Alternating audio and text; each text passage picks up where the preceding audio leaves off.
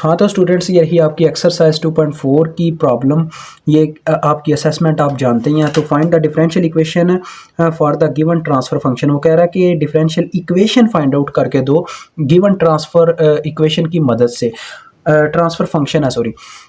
तो बच्चों आप सभी जानते हैं, आगे अभी तक हमने जितने क्वेश्चन किए वहाँ पे हमने क्या किया, हम डिफरेंशियल इक्वेशन की मदद से ट्रांसफ़र फंक्शन फाइंड आउट करते रहे। कैसे करते थे, हम डिफरेंशियल इक्वेशन का लैपलास लेते थे, लैपलास से हमें क्या होता था, ट्रांसफ़र फंक्शन मिल जाता था। अब देखिए ये सारा प्रोसीजर उल्टा हो गया, यानी कि हमें अब क्या करना है, ट्रांसफ़र फंक्शन से वापस जाना है लैपलास डिफरेंशियल इक्वेशन की तरफ। तो पहले हम लैपलास लेते थे, अब हम क्या लेंगे, इन्वर्स लैपलास लेंगे, क्योंकि आप सभी जानते हैं डिफरेंशियल इक्वेशन असल में टाइम डोमेन में होती है, ये है फ्रीक्वेंसी डोमेन में।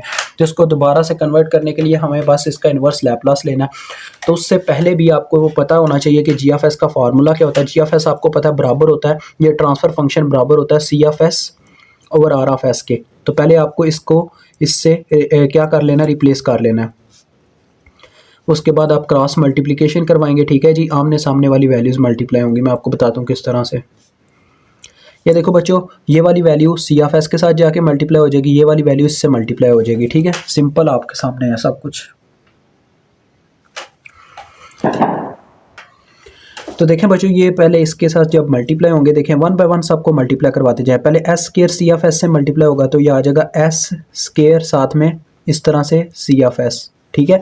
फिर ये 6s भी मल्टीप्लाई होगा, क्योंकि आपको पता है ये सारे नंबर जाके इसके अंदर ऐसे ब्रैकेट में लिखना है, फिर हमने मल्टीप्लाई करवाना, तो वो स्टेप मैं पहले ही करना चाहता हूँ। अब देखें, फिर 6s मल्टीप्लाई होगा तो ये आ जाएगा 6s into C F S, ठीक है। उसके बाद ये 2 मल्टीप्लाई होगा तो ये आ जाएगा 2 सी एफ एस। उसके बाद ये आर ऑफ एस इस साइड पे मल्टीप्लाई हुआ होगा, क्योंकि क्रॉस मल्टीप्लिकेशन हुई है, इसने इस साइड पे मल्टीप्लाई होना है, तो देखिए 2s इंटू आ जाएगा फर्स्ट नंबर पे आर ऑफ एस, ठीक है। फिर ये आर ऑफ एस 1 के साथ मल्टीप्लाई होगा, पहले सेंटर में प्लस आएगा तो ये सिंपल आर ऑफ एस ही आ जाएगा। अब बच्चों मैं इनकी शेप आपको दिखाता हूँ, हम इनको कैसे लिखेंगे, मतलब कि ये असल में ना उस फॉर्म में आ चुके हुए हैं जिस फॉर्म में हमें ये चाहिए, लेकिन मैं आपको उस फॉर्म में लिख के भी दिखाऊंगा। देखें ज़रा, आप सभी जानते हैं हमने ये टर्म पढ़ी हुई है कि S square C F S के साथ वो जो इनिशियल कंडीशंस होती हैं, देखें आपके लिए, चले मैं लिख देता हूँ एक दफ़ा।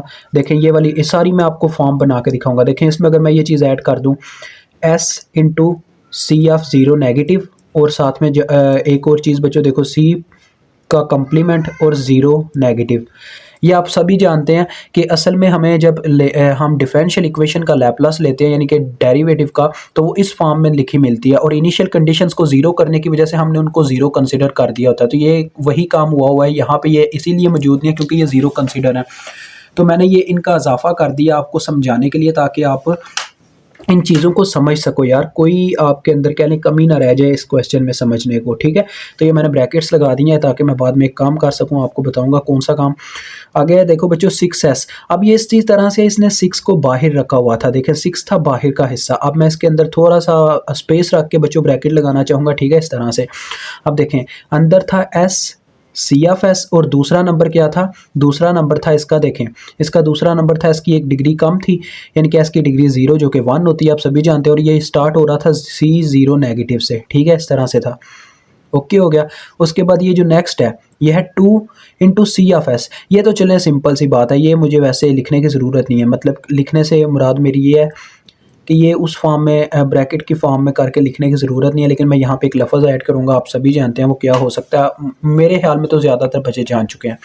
अब इस तरफ आओ तो देखो यहाँ पे भी एस से काम शुरू हो रहा है, यानी कि एस की छोटी डिग्री भी यहाँ पे मौजूद थी, तो ये इस तरह से है, देखो 2 और थोड़ा सा मैं यहाँ पे इजाफा रखूँगा।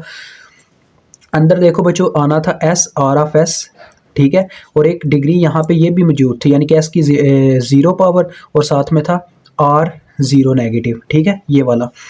तो ये इन्होंने क्यों बच्चों छोड़े हुए हैं आप सभी जान चुके हुए हैं, अभी तक मुझे अब बताने की ज़रूरत नहीं है बार बार कि इन्होंने इसीलिए छोड़े हुए हैं क्योंकि इनिशियल कंडीशंस को हम ज़ीरो कंसिडर कर लेते होते हैं ट्रांसफ़र फंक्शन के फाइंड आउट में।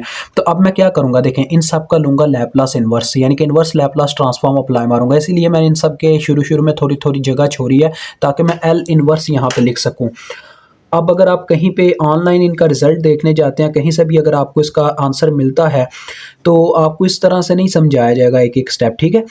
तो देखें मैंने सारी वो कंडीशन लिखी जिस जिस फॉर्म में ये आ सकता था, तो ये देखें यहाँ पे भी आ गया एल इनवर्स ऑफ दिस।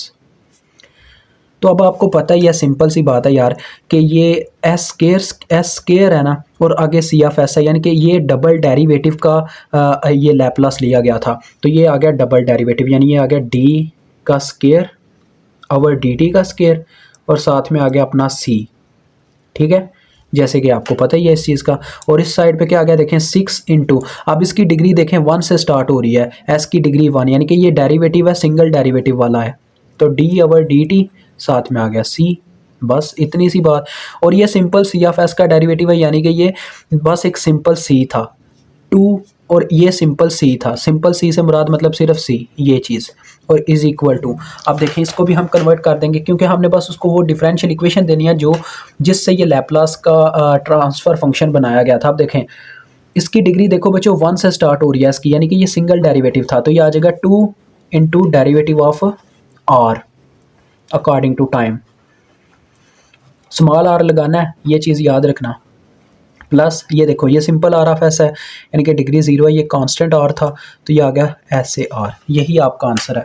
तो इस तरह से बच्चों ये काम होता है। अब ये हम स्मॉल लेटर क्यों इस्तेमाल करते हैं, ये चीज़ याद रखना। जब आप टाइम डोमेन में होगे तो स्मॉल अल्फ़ाबेट से इस्तेमाल करोगे, और जब आप कह लें कि क्या नाम अपना फ्रिक्वेंसी डोमेन में होगे तो कैपिटल लेटर्स का इस्तेमाल करोगे। ठीक है, ये चीज़ हमेशा याद रखना। तो यहाँ पर ये आपका एक्सरसाइज का क्वेश्चन भी डन होता है।